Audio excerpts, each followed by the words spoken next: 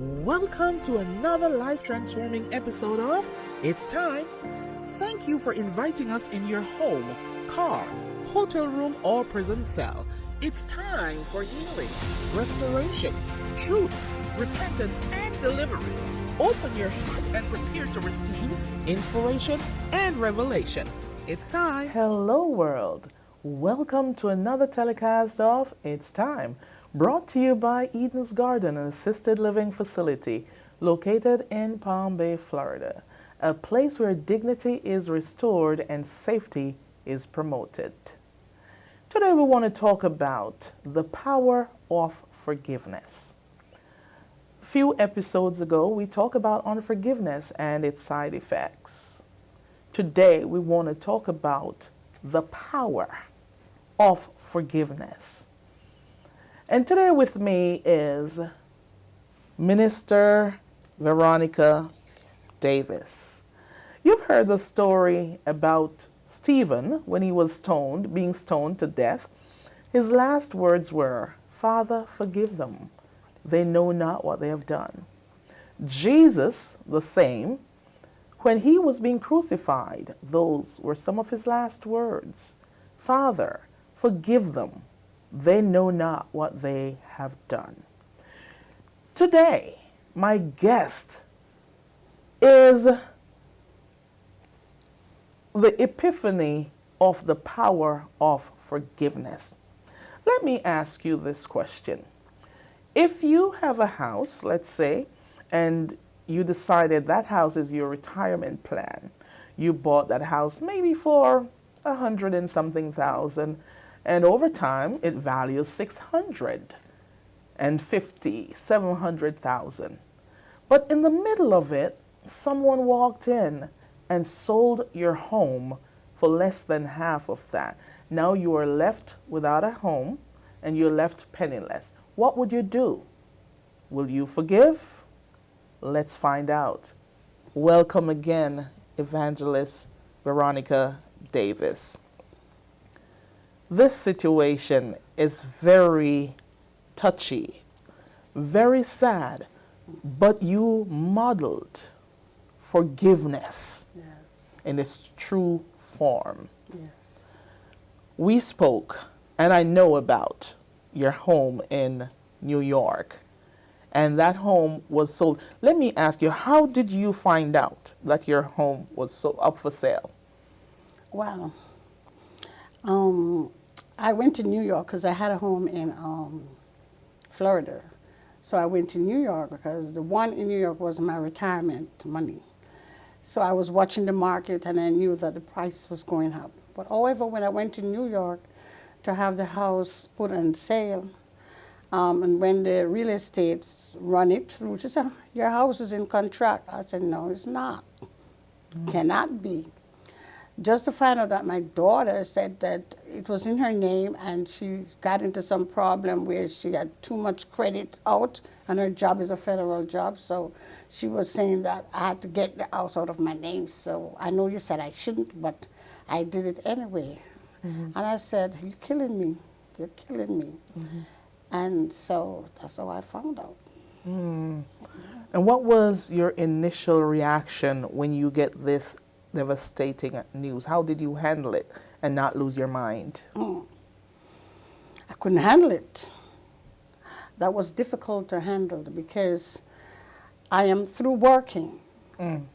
This is my retirement. When you say through working, you mean you're already retired? Right.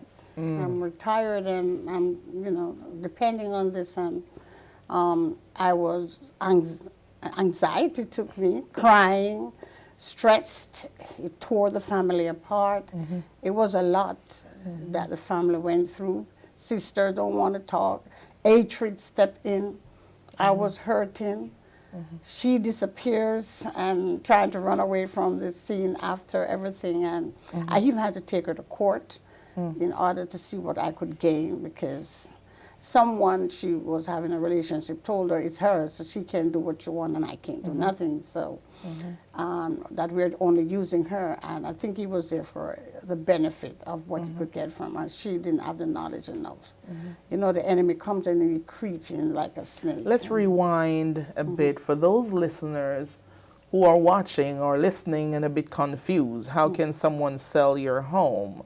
So you're saying the house was in her name. Yeah. So, okay. It was in in her name because you put all your children through college and Right. all of that. So My you credit had wasn't up to date, but it was my money. Okay. And we understood that. And she Okay. was supposed to quick claim it to me. I did the quick claim, but I think I didn't do it properly because it didn't happen. I was about to ask, how did it impact your health? Oh, I was really devastated, and I would go to church and I couldn't worship. I would be just going through panic attack. And the hurting was too much to know that my very home is taking me through this at this time and the stage of my life. And I didn't want to hate, but it was hurt. It hurt, and it was destroying everybody. The other kids were like, how could you do this to mommy? And it was just turmoil. And I knew I had to fix it, even though I was going through the pain. And you're here today not to bash her No. or to make her feel bad, but you're here because you have forgiven her. Right. Am I right? Yes. How did you find it so easy to forgive that offense? Wasn't easy, but I knew one thing that the Word of God said in Matthew, I think 6 or 14 said, if you want the Father to forgive you, you have to first learn to forgive. And then also he stated, Father, forgive them on the cross. And he also stated, remember, forgive your brothers, sisters, 70 times 7. And I said, God, now I understand what true forgiveness is. Because I had to forgive in order to unite the family, in order to bring her back. I couldn't lose her because I love my children. I love them. And I couldn't lose them. I couldn't lose them. Even though she put you through such... Right. And so I would be texting her and she wouldn't pay me any mind and she wouldn't respond. And then I sent her one text and I said, you can't hurt me enough. You can't do me bad enough for me to stop calling you and stop loving you. So you get it. My love cannot stop loving you. I'm hurting, but I love you. So you mentioned earlier that she was inveigled by someone she was seeing. She was in a relationship. Yes. And she had a situation where she may have had debts and, and her credit was... And they told her that she had to get rid of those credit because she was working with the federal government. She couldn't have those kind of demeanor on her credit, but it wasn't because of the house. It was because she was getting a lot of credit because of the home, and she was just using it and wasn't using it wisely, and I didn't know.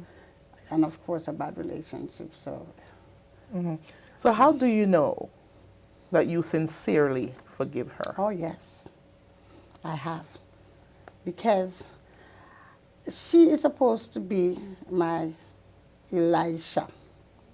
Just that we always preach the gospel together, teach the gospel, every message, everything. And I said, you're going to take my mantle. And I said, I understand why the enemy is doing this now. He wants to destroy our relationship. So you will not, do what the Lord has told me you must do.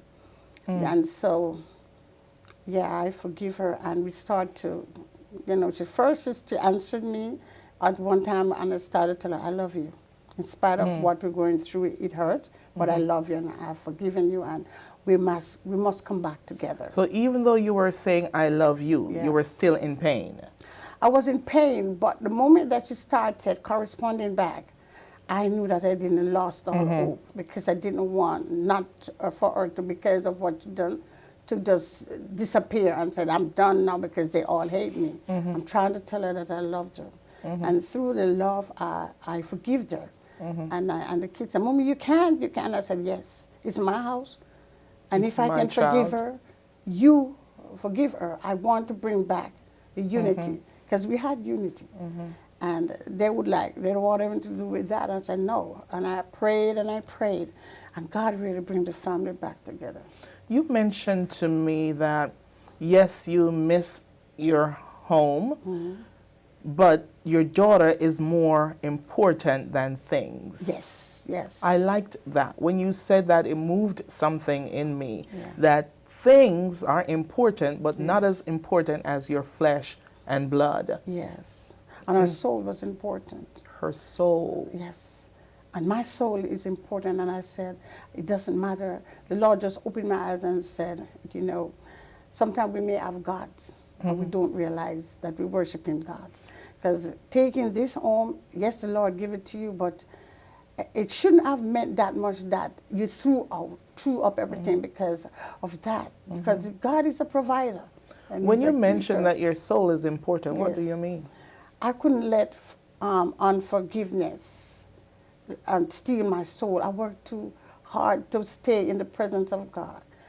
And then I understood what he that worship me must worship me in spirit and in truth. In truth. So then my flesh had to die and my spirit now began to live. And that's the new awakening that I'm living in now. I've learned that everything you have in this life can be taken away. But will you allow the flesh or the material things that you have gained in life To cause you to steal lose your soul. your salvation? And that is how I survive. It is important. You mentioned earlier that you took her to court. Yes, I did. Before you answer that, let's go to a commercial break. Did you know there were reasons that prevent our prayers from being answered? No, I didn't. 38 reasons for unanswered prayers. Wow. Tell me more. After I read it, it felt like 2,000 volts ran through my heart. It's eye-opening and thought-provoking. You know what I love about it? It reveals my nonverbal thoughts and exposes my innermost secrets. Believe me, it's life-changing. Now I'm curious. I want to know why my prayers are not being answered. Welcome back to It's Time. If you're just joining us, we're talking about the power of forgiveness. I have a guest here who has modeled the power of forgiveness. Her home was sold without her consent by her daughter. The house was in her name. So let's go back to the question I asked before. You mentioned about taking her to court. Why and at what point did you do that? Well, at the commencing of me leaving Florida and going to see, to put my house in resale, and I found out that the house was already in contract, and I was like, you can't do this. And she said I had to do it. So what caused me to take her to court is that she got upset because of what she was led to say and said, you have nothing, and I don't have to give you anything. It's done, and it's mine, and I can do. I said, but it's mine. She said, yeah, it's yours, but it's mine. It's in my name. So I went to court. I had no money, and I said, God, how am I going to take this child to court? But somehow, I went and I filed the papers, and the Lord helped me to do the paperwork, and I did all of that. I went to court, and when I went to court, a lawyer knew someone in the court. Her lawyer? Yes, a Jewish lawyer. They knew someone in the court, and they took me in the room, and they said, oh, well, you don't have any say here. You don't have a case. And they said I should leave, and he was laughing at me and said, oh, she come in with a bag of paper. What you going to do with that? Oh. So I said, Father God, I come with you, and you is my sword. And so in the middle of the court, after I sat back in after they did my, and I said, God, it cannot be. And then they just came, and it's like a hurricane came in the courtroom, and they said, we're going to move from this courtroom, and we're going to the next courtroom. And the new judge tried my case over. And she said, is this your mom? And she said, yes. And that's your mom? Yeah. And that's your daughter? I said, yes. And she said, whose house is it? And she grabbed the lawyer. She took him outside, and I don't know what she said to him. And then said, well, Your Honor, my client said, house is ours. And then because she got scared and said, I'm going to try this case. Because she said it's supposed to go to the Supreme Court, but she's going to try it because it's like ownership we're dealing with. So eventually, they told her to, they told me to go and quick claim the house back to me. But her lawyer, we went, did the paperwork, but the lawyer told her, don't sign the paper. So I went back to the judge and I said, he told her not to sign it. She said, well, I can't force them, but this is what I'm going to let you do. I'm going to take her to court for $175,000. Sue her for Sue her. So I did it. I put the paperwork in, and then the lawyer now said I'm a wicked mother and all kind of. So I said, ain't she wicked? What am I going to eat? How am I going to live? And she does what she does, and she have a good job. I said, you are a wicked lawyer too, because you knew what she did was wrong. So let me be inquisitive. At that time, the house value, what was the value of the house? $650,000. And how much was it sold for? $399,000. So she gave away your house. She gave away, because she didn't know. She gave the lawyer the power of attorney. She was young. She don't know what she's doing. And I said, you're wicked. He said, well, and then he represented her in the case of me. So in other words, because she was a novice to certain things, she was also taken. Yes, and he had the money. Because I told the court that I need money. I only had $10 that I had. And she said, how much? And I said, I want $1,000. And she, That's all you asked for? Yeah, in the court at that time, you know. And then he said, okay, he went and give me cash because I needed to come back to Florida. But eventually I got $111,000 out of the deal. So after going through all of that, you found it within you to forgive her and forgive the situation. Now, what has been your experience since you have forgiven her? After I received the fund that they gave me, I realized that she really didn't get nothing, because we owed like maybe $213,000 on the house, plus they owed a lot of water bill. The tenants she said the tenant wasn't paying, and whatever, the water bill went up. So they put the $30,000 was paid through the bank, and then they had put it back on the house, and they had paid the tenant who was living there 3 ways to move them out of the house so that they could get the house. So they paid the tenant out of my money. And that's in New York. Yes, they paid them and put them somewhere, because I mean she was so blind she couldn't see that she wasn't getting anything, and so but after that and everything, I said, I've lost my family. They divided, the sisters won't talk, everybody was hurting, family member. And I said, God, give me the strength to bring them back. Cause when I ask you what's your experience after you choose to forgive her, you told me that the ability to love her even deeper than before. Explain that. I always loved my children. We always have a good relationship. And I found out that she was lost, and I was going to lose her soul, and I was always petitioning for their soul. Because if I feel if I wasn't in her life and to nurture her, and she would have been lost, and I didn't want to lose her soul. Her soul was precious to me. So I asked the Lord, help me to forgive, God, take this pain and the hurt, and the Lord give me freedom. And the Lord said, I will rebuild you. And he gave me the freedom. So I called her and we started communicating. She took me out. We have lunch together. We started communicating. I went to the other kids and I said, forgive your sister. We got to come back. The family is divided. We cannot, the enemy is working. We cannot allow him to win. So you identified that what she did was the work of the enemy. To deprive you out of your retirement plan, and also deprive her and her siblings out of inheritance, right? And so the kids said to me, Mommy, you really going to forgive Elisa? I said, yes, it's my house. And I want you to forgive her. Let it go. I can't live like this. Because I realize I'm getting old and I don't want them to be living apart. I want the family. So they said, well, I guess if you forgive her, we can too. And that was my hope, and the old family come back together. And she's more tender to me, you know, and taking me out. And I mean, I don't have to ask her for much. She gives me, you know, when she can, what she can, because my husband is sick. And she's, most of the time, she's the one who helped me to pay the dialysis for him in Jamaica. So that was my next question. What is the relationship like now? Yes. So, and so we have a good relation, and they all live now, like in the same building.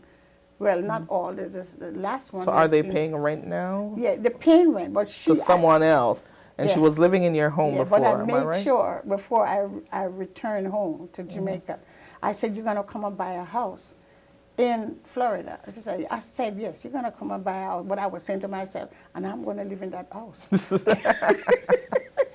Because I sold my house to finish my house in Jamaica. Oh, the one you had here in Florida? I needed somewhere to live within 3 months. So she said, okay, Mom, if you said after, and she come and she bought a house. And I lived there 3 months before I retired to return home. So I said, and I said, and I still have a room in that house. So she said, Mommy, whatever you want. So the relationship is renewed. And the Lord, I learned from this that the power of forgiveness is when you're hurt and you don't ride on the pain, on the hurt. And you said, I choose to learn from this, so it will not, anyone use it all Hold the time. that thought. Let's take a break. I'm Evangelist Jasmine Gordon, the founder of Ministries Without Boundaries International, a 501c3 nonprofit organization located in Palm Bay, Florida. Since 2006, we've been called to serve the less fortunate, disenfranchised, and single parents locally and internationally. For the past 10 years, we have provided Mother's Day dinner and entertainment for the mothers in our community. We've hosted conferences, prayer breakfast, Father's Day dinner, and medical mission trips through which lives were impacted and transformed. And we will continue to do so with your support. Are you satisfied with the way your loved one is being treated in their golden years? Are you comfortable with their level of care? Are you pleased with the facility, their new home? Do you sleep well at night, believing that their environment is safe? Do you believe they're receiving personalized care? If you answer no to any of the above, it's time to give Eden's Garden Assisted Living Facility a call today. A nurse is always on premises, and their monthly rates are affordable and all-inclusive. They're in Palm Bay, Florida. Don't delay. Call today.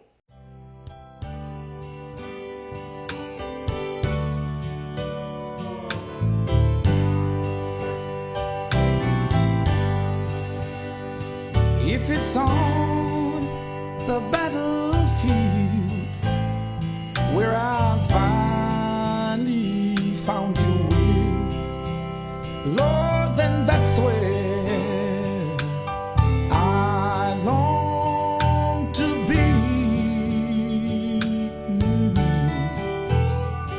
In the desert without a drink, on some old ship about to sink, then I'll go if you'll just speak to me. Speak the word, Lord, my ears long to hear. Speak the word, Lord, my heart is to know. Speak the word, Lord, I'll be what you'll have me to be, Lord. Speak the word, Lord, and your servant will go.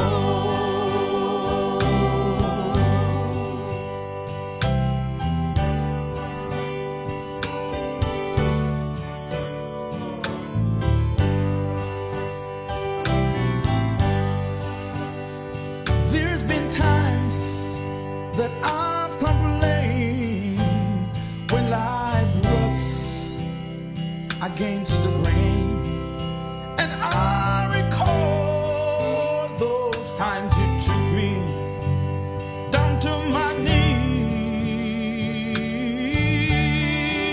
There's one thing I could not do. I still owe it thanks to you, for it was you, Lord, that took my place on Calvary.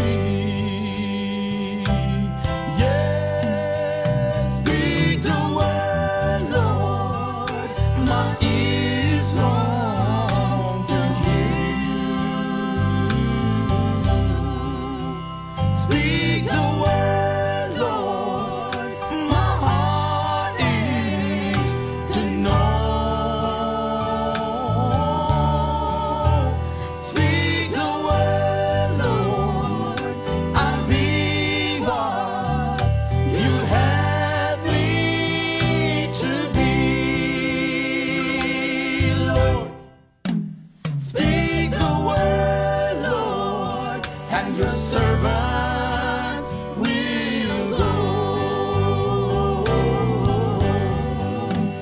Speak the word, Lord, my ears long to hear you. Thank you, Lord.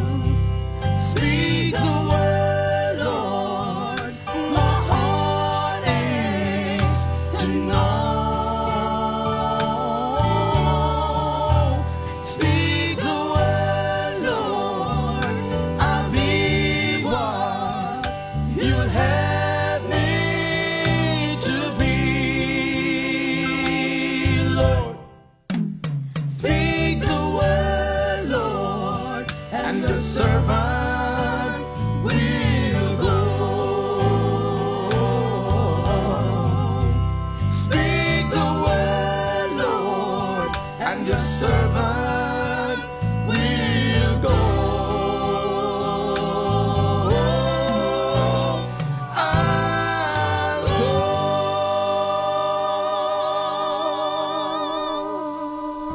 Welcome back. Speak the word, Lord, and your servant will go. That's a beautiful and the most fitting song for this situation. If it's on the battlefield that I'll finally find your will, then I will go. Speak your word, Lord. Welcome back, Miss Veronica. I'm going to ask you to take 30 seconds to speak about the power of forgiveness. The power of forgiveness is peace of God, wholeness, unity, joy. That's what you experience when you can give forgiveness to someone. Wow, awesome. The power of forgiveness. As we mentioned a few episodes back, when you refuse to forgive, you may be 5 feet 6 inches, 6 feet 2, but within you, you are 2 feet 1 inch. You're an internal midget. But here we are today talking about the power of forgiveness. And if she did it, you can, I can, we can. Find it in your heart to forgive that situation. Yes, it hurts. Yes, it's devastating, but there's nothing too hard for God to do. Don't forget to join us next week, same time, same place. It's time. Hi, I'm Evangelist Jasmine Gordon. Thank you for inviting me in your home, car, hotel room, and place of work. I do hope you've gained something from this soul-stirring episode. We would love to hear from you. Call, text, or write us at the information listed below. And if you are led to sow into Ministries Without Boundaries, you may do so via Zelle, Venmo, Cash App, or the P.O. Box. And don't forget to join us for another soul-stirring episode right here. For it's time.